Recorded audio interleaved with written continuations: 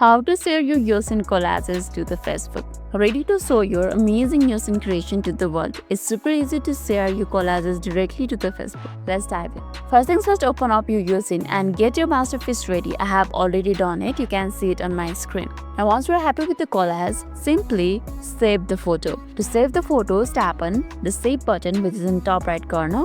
Let's tap on it. This saves your collage to your files. But what we are going to do is we are going to share the collage to the Facebook. Now to share it to the Facebook, simply tap on this button which is right over here. It looks a little bit share, but you have to identify it right over here. It's a little bit circle and there's an option for the share.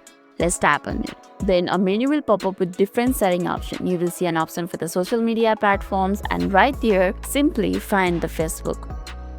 It's right over here. And under the Facebook also, you can choose where you want to share inside the Facebook. Simply tap on here. Either you want to set it as a profile picture, news feed, your groups, or you want to share it to the story. Choose it wisely. Let's keep it for news feed right now. You can choose whatever option that is suitable for you or that you prefer. So it have opened the Facebook directly.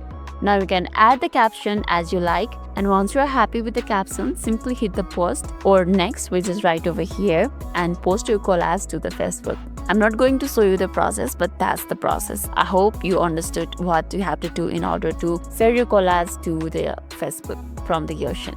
That's it. You have successfully shared your Yoshion collages to Facebook. Wasn't that easy? Lastly, if this video made your day a little bit easier, don't forget to like and subscribe for more amazing tips. Thanks for watching, and I'll be seeing you in the next video.